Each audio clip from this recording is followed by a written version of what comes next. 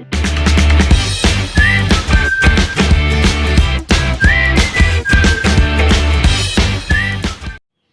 Everyone, welcome to our YouTube channel success 100। So आज again हम लोग एक ट्रिकी पज़ल के साथ हैं, ठीक है। तो एक लीनियर पज़ल है जिसमें कुछ लोग नॉर्थ फेस कर रहे हैं, कुछ लोग साउथ फेस कर रहे हैं, ठीक है। और 9 लोगों का अरेंजमेंट है। अच्छी पज़ल है, इसको आप सॉल्व करने की कोशिश करिएगा। प्री में डेफिनेटली नहीं आएगी। प्री में अगर आती भी है तो आई वुड सजेस्ट कि आप इसको अटेम्प्ट मत करो, क्योंकि अब प्री में जो है 20-20 मिनट का टाइम स्लॉट होने लगा है, तो आपका बहुत सारा समय खा जाएगी। तो इस क्वेश्चन को आपको प्री में अटेम्प्ट नहीं करना है, मेंस में ही अटेम्प्ट करना है। और मेंस में अटेम्प्ट करने लायक अच्छी पज़ल है, ठीक है। तो चलिए क्वेश्चन को पढ़ना शुरू करते हैं। क्वेश्चन को लाइन बाय लाइन हम हिंदी में पढ़ेंगे, अच्छे से समझेंगे। और अगर आपको वीडियो पसंद आए तो चैनल को सब्सक्राइब कर दीजिएगा और वीडियो को लाइक और शेयर कर दीजिएगा। तो चलिए एक बार आप क्वेश्चन देख लीजिए, ठीक है। चलिए अब क्वेश्चन को पढ़ना शुरू करते हैं। क्वेश्चन में लिखा है 9 persons are sitting in a row in such a way, some are facing north while some are facing south direction. 9 लोग बैठे हैं जिसमें से कुछ नॉर्थ कुछ साउथ देख रहे हैं। A sits third to the right of the one who sits fourth to the left of C, ठीक है। ए उसके थर्ड राइट पे बैठता है जो कि fourth to the left of C बैठता है, ठीक है। सी के जो फोर्थ लेफ्ट पे बैठेगा उसके थर्ड राइट पे बैठेगा ए, ठीक है। कि क्या लिखा है, A sits third to the right of the one who sits fourth to the left of C, मतलब सी के फोर्थ लेफ्ट पे जो बैठेगा उसके थर्ड राइट पर ए बैठेगा, ठीक है। ऐसे मैंने बना करके लिख लिया। अगर आपको कोई और तरीके से आप लिख सकते हो इसको, और जिससे आपको समझ में आए तो आप वैसे लिख लो। और क्या बोला है, C sits at one of the extreme ends of the row, ठीक है। तो यही वो पॉइंट होता है जहां आपको पजल शुरू करनी है कि सी जो है एक एक्सट्रीम एंड पे बैठता है। तो 1 2 3 4 5 6 7 8 9, तो सी एक बार यहाँ दोनों जगह एंड पे बैठा दीजिए। आगे लिखा है E sits one of the extreme ends, E भी एक्सट्रीम एंड पे बैठा है। तो अगर सी यहाँ बैठा है तो इस केस में ई यहाँ बैठेगा, और अगर इस केस में सी यहाँ बैठा है तो ई यहाँ बैठेगा, ठीक है। And second to the right of F, F के सेकेंड राइट, तो एफ यहाँ पे आएगा तो मतलब एफ नॉर्थ फेसिंग है। इस केस में एफ यहाँ आ जाएगा तो मतलब एफ साउथ फेसिंग है, ठीक है। एफ के सेकेंड राइट पे कौन बैठा है, ई बैठा है, ठीक है। D sits the fourth position from one of the extreme ends, ठीक है। डी जो है कहीं ना कहीं फोर्थ पोजीशन पे बैठता है, ठीक है। मतलब डी या तो फिर यहाँ आ सकता है या तो फिर डी यहाँ आएगा, ऐसे ही लिख लेते हैं हम लोग, ठीक है। अभी हम लोग इसको फिक्स नहीं कर रहे, ऐसे लिख ले रहे हैं कि डी फोर्थ पोजीशन पे आएगा, okay.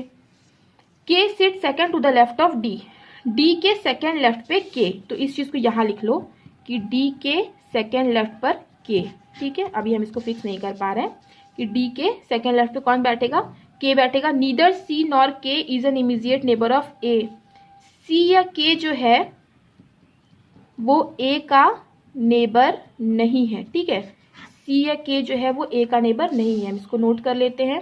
Not more than 2 person sit together facing the same direction, ठीक है। 2 पर्सन ही होंगे मैक्स टू मैक्स जो कि सेम डायरेक्शन को फेस करेंगे और वो लोग साथ में भी बैठेंगे, ठीक है। मैक्स टू मैक्स 2 ही पर्सन होंगे जो कि सेम डायरेक्शन को फेस करेंगे और साथ में बैठेंगे, ठीक है। Not more than 2 person sit together facing the same direction. G and H are immediate neighbour of each others, तो यहाँ पे लिख लो कि जी और एच जो है वो दोनों साथ में बैठेंगे। B sits third to the right of H, H के थर्ड राइट पे कौन बैठता है, बी बैठता है, ठीक है।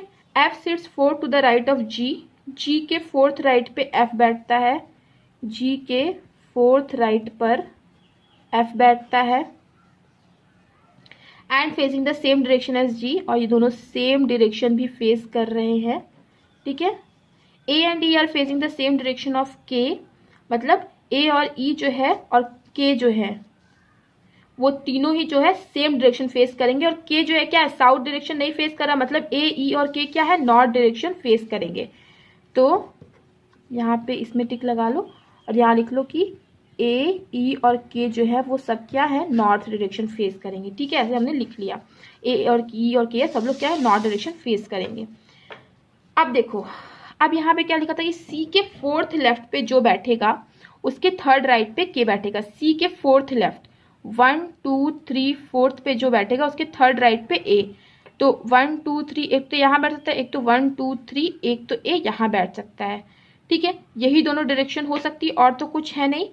लेकिन एक क्या बोला था कि सी और के जो है वो ए का नेबर नहीं हो सकता। ठीक है, सी और के जो है वो ए का नेबर नहीं हो सकता, मतलब सी के फोर्थ लेफ्ट 1 2 3 फोर्थ लेफ्ट में जो बैठेगा उसके थर्ड राइट पे ए बैठेगा 1 2 3, तो मतलब ए यहीं बैठेगा। ठीक है, क्योंकि ए जो है वो सी का नेबर नहीं हो सकता।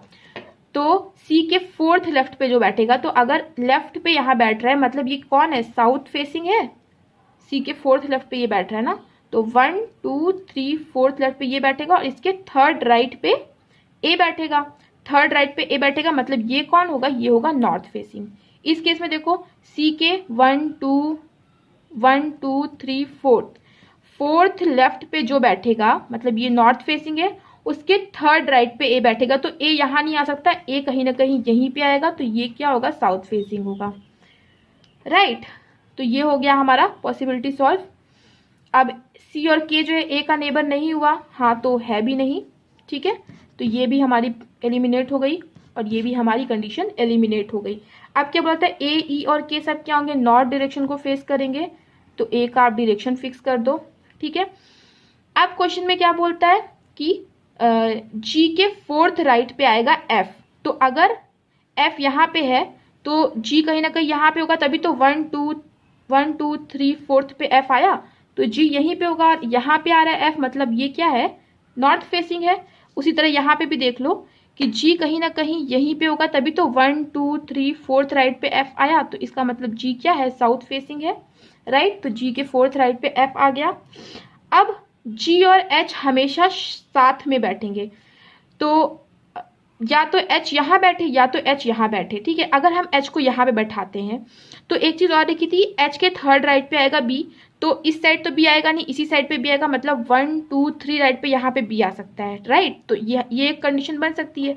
अगर हम एच को यहाँ बैठाते हैं तो एच के थर्ड राइट पे बी 1 2 3 ना तो यहाँ आ सकता है, 1 2 3 ना तो यहाँ पे आ सकता है, मतलब दोनों ही तरफ से नहीं आ पाएगा। तो इसीलिए जी एच को हम हमेशा यहीं बैठाएंगे और एच के थर्ड राइट पे बी मतलब 1 2 3 बी को यहाँ बैठाएंगे, और क्योंकि इस तरफ राइट एच का पड़ रहा है मतलब ये कौन सा फेसिंग होगा, ये होगा साउथ फेसिंग। राइट, अब उसी तरह यहाँ पे भी देख लो कि अगर हम एच को यहाँ बैठाते हैं तो एच के जी और एच क्योंकि साथ में बैठना है, क्वेश्चन में दिया हुआ था, तो अगर हम एच को यहाँ बैठाते तो एच के थर्ड राइट पे 1 2 3 बी यहाँ पे भी नहीं आ सकता, 1 2 3 बी यहाँ पे भी नहीं आ पाएगा, तो इसीलिए हम लोग एच को यही बैठाएंगे। फिर एच के थर्ड राइट पे बी इस तरफ तो आएगा नहीं क्योंकि बैठने की और पर्सन की जगह नहीं, तो इसी तरफ आएगा, मतलब 1 2 3 एच के थर्ड राइट पे बी यहीं पे आएगा, और जब बी इस तरफ आ रहा है तो मतलब एच क्या है, नॉर्थ फेसिंग है। राइट, तो ये वाली भी कंडीशन सॉल्व हो गई, ये वाली कंडीशन भी सॉल्व हो गई। अब क्वेश्चन में लिखा है कि डी के सेकेंड लेफ्ट पे आएगा के, तो डी के सेकेंड लेफ्ट पे आएगा के। अब डी और के की तो यही एक जगह बाकी बच गई है कि डी के या तो ऐसे आए या तो ऐसे आए, इस केस में भी या तो ऐसे आए और या तो फिर ऐसे आए। ठीक है, अब देखो अगर हम डी को यहाँ पे बैठाते हैं तो डी के सेकेंड लेफ्ट पे के आएगा, तो मतलब डी को क्या करना पड़ेगा, साउथ फेसिंग करना पड़ेगा। डी के सेकेंड लेफ्ट पे के आने के लिए डी को क्या करना पड़ेगा, डी को साउथ फेसिंग करना पड़ेगा। मगर यहाँ पे ये भी बोला है कि कभी भी दो लोग से ज्यादा एक साथ जो बैठे हैं वो लोग सेम डायरेक्शन नहीं फेस करेंगे, तो अगर डी साउथ फेसिंग करेगा तो यहाँ पे 3 लोग हो जाएंगे जो एक डायरेक्शन में फेस करेंगे, तो डी यहाँ नहीं आ सकता, तो यहाँ पे के आएगा और यहाँ पे डी आएगा। डी के सेकेंड लेफ्ट पे कौन आ जाएगा, के, मतलब ये क्या डायरेक्शन फेस करेगा, नॉर्थ फेस करेगा, और के भी क्या है, नॉर्थ फेसिंग है, हमें पहले से पता है। डी के सेकेंड लेफ्ट पे आ जाएगा के, और इस केस में यहाँ पे कभी भी ऐसा नहीं हुआ कि 2 लोगों से ज्यादा सेम डायरेक्शन किसी ने फेस किया हो। ठीक है, अब यहाँ पे भी हम एक बार चेक कर लेते हैं। मान लो डी को यहाँ बैठाते तो डी के सेकेंड लेफ्ट में चूंकि हमें के को लाना है, तो अगर हम के यहाँ पे के को अगर हम यहाँ बैठा रहे हैं तो के तो नॉर्थ फेसिंग है। ठीक है, तो 1 2 3 4 5 न जाने कितने सारे लोग जो होंगे सेम डायरेक्शन में फेस करेंगे। वैसे भी ये पॉसिबिलिटी नहीं बनेगी क्योंकि देखो इसमें भी एफ ने भी, इसमें भी नॉर्थ, इसने भी नॉर्थ, सब ने नॉर्थ फेसिंग किया है, और 2 लोग से ज्यादा सेम फेसिंग कभी भी नहीं करेंगे जो कि इकट्ठे बैठे हैं। तो ये पॉसिबिलिटी वैसे भी हमारी गलत ही है। यही एक पॉसिबिलिटी है जो बिल्कुल सही है, क्योंकि यहाँ पे देखो 2 लोगों से ज़्यादा कभी भी जो लोग साथ बैठे हैं उन लोगों ने सेम फेसिंग नहीं की है और सारी की सारी कंडीशंस हमारी इसमें फिट बैठती हैं।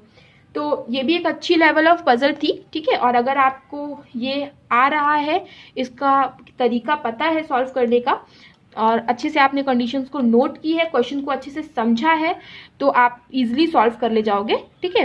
ये देखो ये सभी चीज़ें तो काफ़ी थोड़ी सी ट्रिकी थी, और अगर आपको समझ में आ गई है तो एक बार वीडियो को लाइक कर दीजिएगा, शेयर कर दीजिएगा और चैनल को सब्सक्राइब कर दीजिएगा। तो मिलते हैं अपनी नेक्स्ट वीडियो में। Thank you so much for watching.